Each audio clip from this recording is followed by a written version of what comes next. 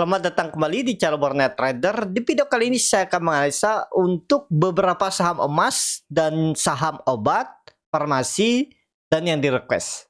Langsung saja ke saham pertama, PSAB yang ditutup di harga 308 terkoreksi 1,28% asing net sell. Kalau dibuka resminya PSAB di distribusi. Sebelum ke PSAB kita lihat dulu harga XAU, Harga XAU semalam itu ditutup koreksi hampir 2% di 1,95%.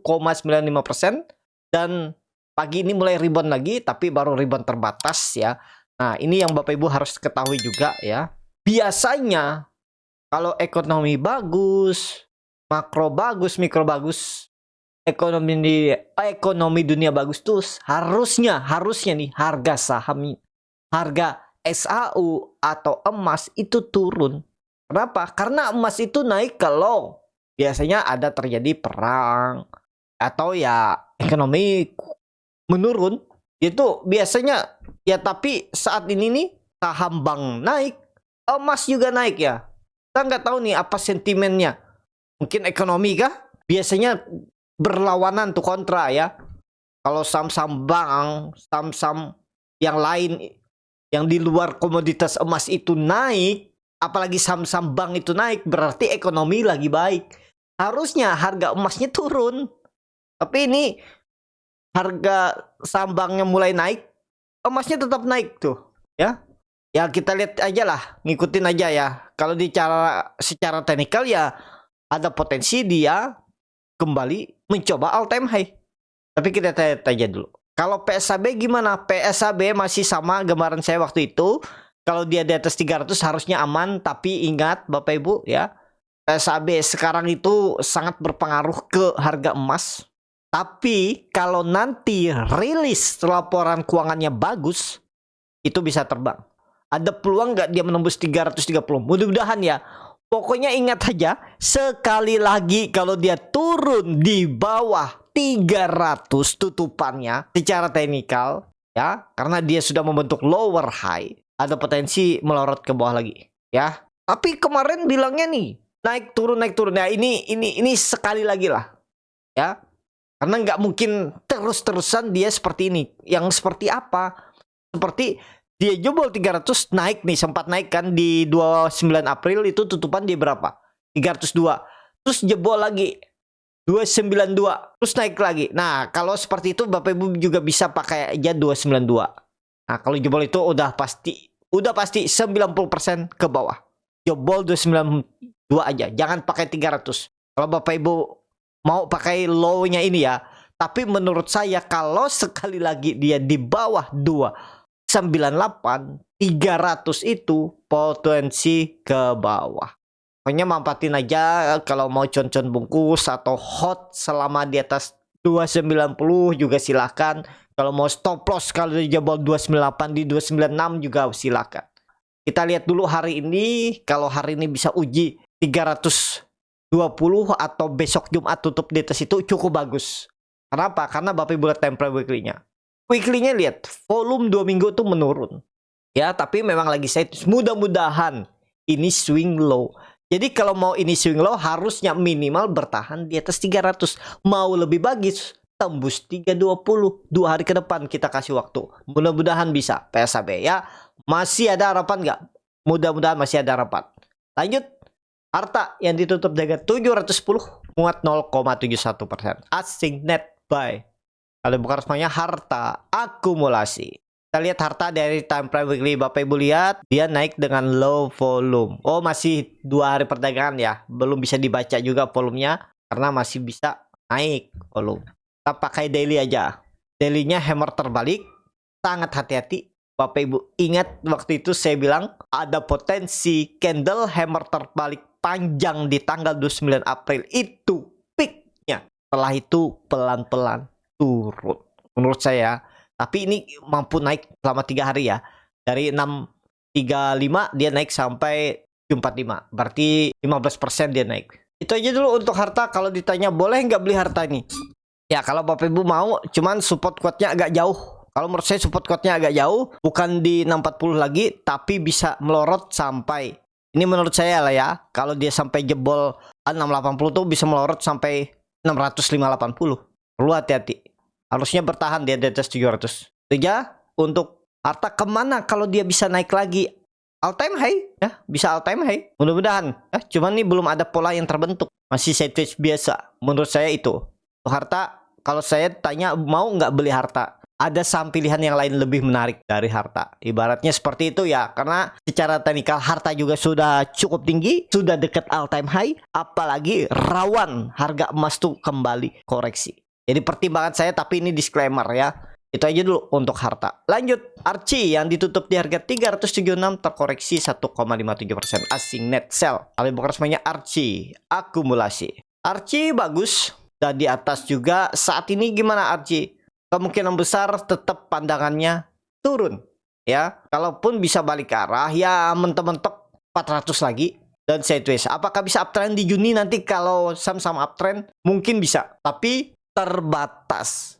Kenapa? Karena ya itu tadi, kalau saham big cap, big bank itu bullish di Juni, berarti kan ekonomi itu bagus. Nah, kalau ekonomi dunia juga bagus, harga saham tuh gak kemana-mana. Kenapa? Karena duitnya yang tadinya masuk saham, yang tadinya masuk emas itu ditarik, dipindah ke saham yang lebih volatil, yang lebih peluang profitnya besar. Seperti itu ya. Perputaran uang dunia tuh ya gitu-gitu aja. Kalau ekonomi kurang bagus, ada perang, tiba-tiba pindahnya ke emas. Ya apa? Terus kalau nanti bagus pindah lagi. Gitu-gitu aja. Ke bonds mungkin juga kalau kurang bagus lagi ekonomi kan.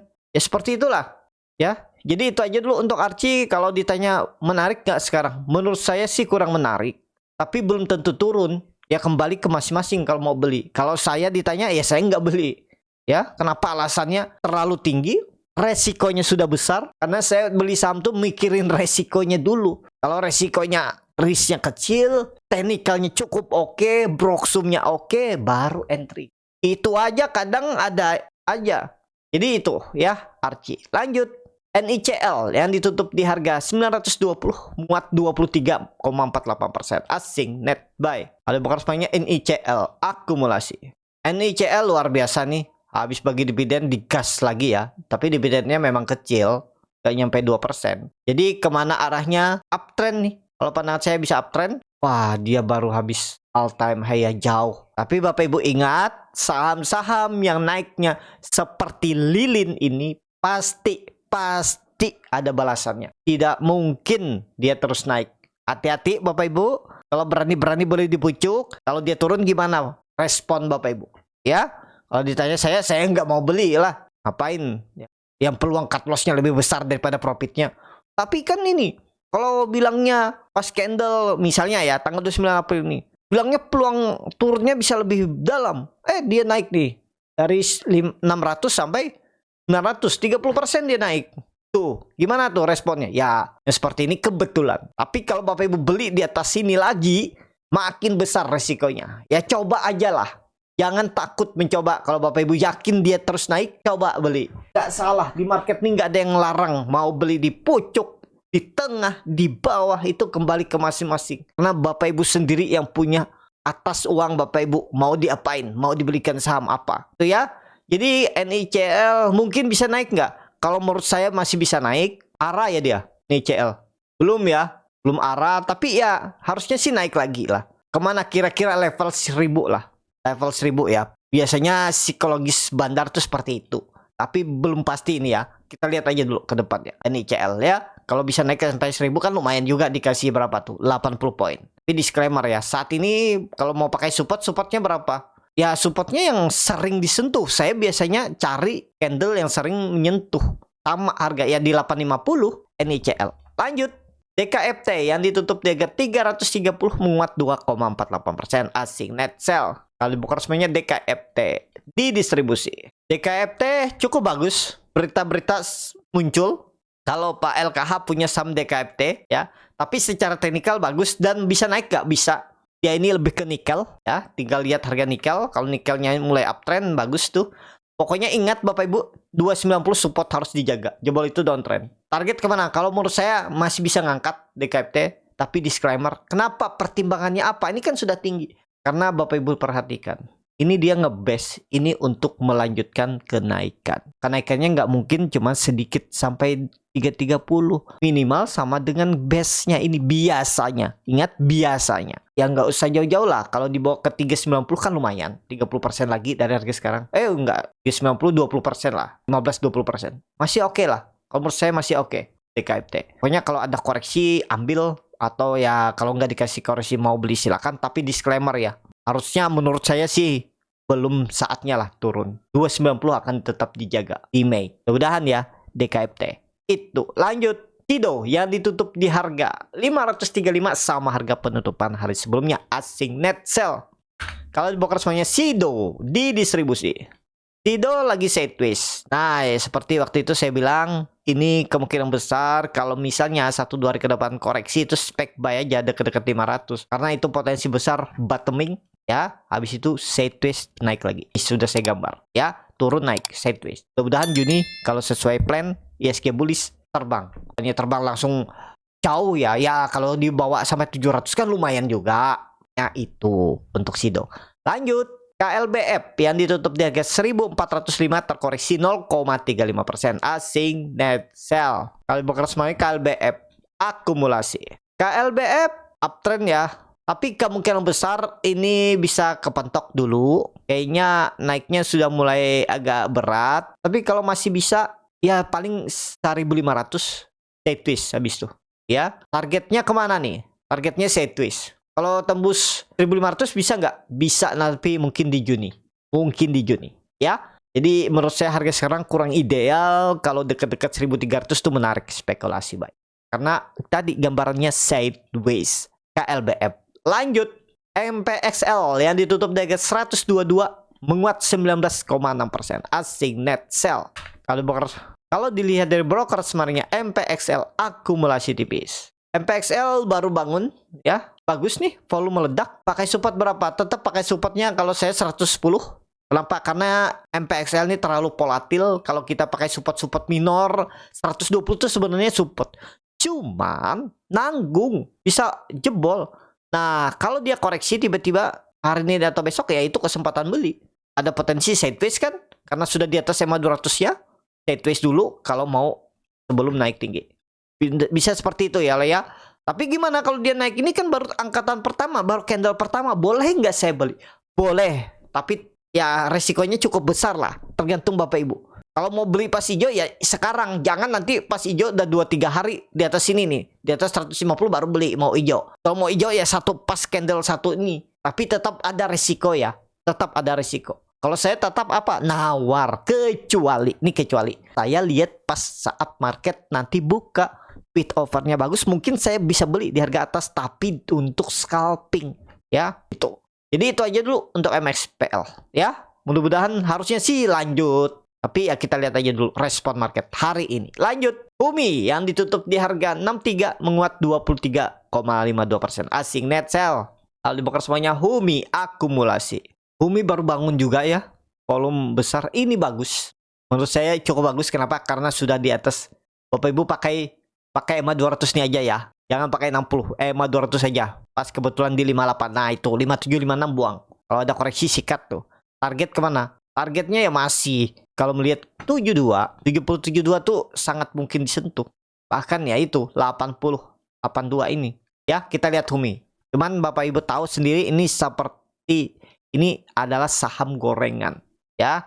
Pokoknya kalau dia hari ini atau besok kembali turun di bawah 58, hati-hati Humi. Ya, mudah-mudahan memang benar digoreng nih. Tuh ada big akumulasi nih ya. Dari Excel 4,4 miliar di harga 61. Ini rata-rata average mereka nih di 60 61. Ya, berarti di area ini kan. Nah, jadi kalau tiba-tiba ada koreksi itu berarti menarik dekat EMA 200 nih.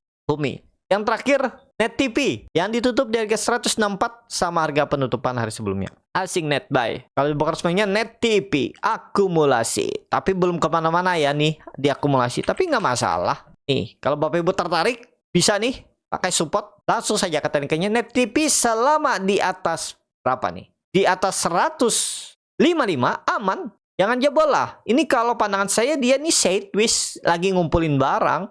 Lihat aja nanti. Kalau nggak hari ini atau minggu depan. Kalau dia tutup di atas 174 tuh digas lagi ke atas. Digas lagi ke atas. Nih, pola-polanya tuh mirip-mirip. Nih, koreksi, digas. Koreksi, mudah-mudahan digas. Apalagi volume meningkat nih. Menurut saya ini ada partisipasi nih. Sepertinya bandar lagi ngumpulin barang. Pokoknya kita lihat kalau dia tembus 175, 174 tutupan hari Jumat itu menarik untuk minggu depan. Catatan jangan jebol 155. Net TV. Cukup sampai di sini video kali ini. Terima kasih untuk Bapak Ibu dan teman-teman yang sudah menonton video ini sampai selesai. Apabila channel Boneta dan bermanfaat dan bisa menjadi bahan pertimbangan Bapak Ibu dalam membeli, menyimpan dan menjual sahamnya, bisa klik tombol subscribe dan nyalakan lonceng notifikasi. Ada kritik, saran ataupun pertanyaan bisa langsung tinggalkan di kolom komentar. Bagi Bapak Ibu dan teman-teman yang baru belajar trading, masih bingung memilih saham, bingung membuat trading plan, bisa join trading bersama Borneo Trader. Nanti dipilihkan saham-sahamnya dan dibuatkan trading plan-nya beserta chatnya dan juga free konsultasi portfolio. Kalau tertarik, DM Instagram Borneo Trader. Sampai ketemu. Tetap semangat dan semoga bisa terus cuan.